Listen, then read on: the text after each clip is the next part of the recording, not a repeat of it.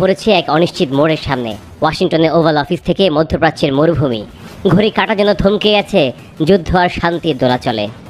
মার্কিন president Donald Trump অনুমোদন দিয়েছেন ইরানে হামলার পরিকল্পনায়, কিন্তু চূড়ান্ত সিদ্ধান্ত এখনও তার ঠোঁটের কোণে আটকে আছে। আমেরিকার গোয়েন্দা মহলের মতে, যদি ইরান পারমাণবিক কর্মসূচি ত্যাগ না করে, তবে আকাশ ফুঁড়ে ইরানে নামবে মার্কিন ক্ষেপণাস্ত্র। টার্গেট হবে ভূগর্ভস্থ ইউরেনিয়াম সমৃদ্ধকরণ কেন্দ্র ফোর্দো। ইসরায়েল তার বোমাবর্ষণ চালিয়ে যাচ্ছে ইরানের পারমাণবিক স্থাপনাগুলোতে, আঘাত হেনেছে ক্ষেপণাস্ত্র সাইটে। পাল্টা জবাবে ইরান ছুড়েছে হাইপারসনিক ক্ষেপণাস্ত্র। দুই পক্ষই শক্তির প্রদর্শনে মরিয়া। ওয়াল স্ট্রিট জার্নালের প্রথমে আসে ট্রাম্পের হামলা অনুমোদনের খবর, আর তারপর মার্কিন প্রতিরক্ষা মন্ত্রী পিট হেগসেথ বলেন, পেন্টাগন তৈরি, এখন কেবল প্রেসিডেন্টের একটি মাত্র নির্দেশের অপেক্ষা।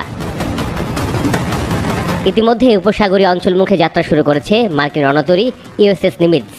তার সাথে যুক্ত হবে আরও একটি স্ট্রাইক গ্রুপ। যুক্ত হয়েছে F-22 ও F-35 স্ট্রাইক বিমান। আকাশে ভেসে বেড়াচ্ছে জ্বালানিবাহী ট্যাঙ্কার, উড়োজাহাজও। আর অন্যদিকে জাতিসংঘে ইরানের মিশন ট্রাম্পকে কটাক্ষ করে লিখেছে, চাপ দিয়ে শান্তি হয় না। এটা অতীতের একজন যুদ্ধবাদীর প্রাসঙ্গিকতা ধরে রাখার শেষ ছটফটানি মাত্র। এই যাত্রা কেবল এক ধ্বংসযাত্রা, যেখানে বিজয় নেই, আছে শুধুই শূন্যতা। প্রশ্নগুলোর উত্তর চাপা পড়ছে বোমারো বিমানের তর্জন গর্জনের আড়ালে।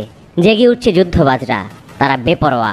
শান্তির কফিনে ঠক ঠক করে ঠুকে যাচ্ছে শেষ পেরেক।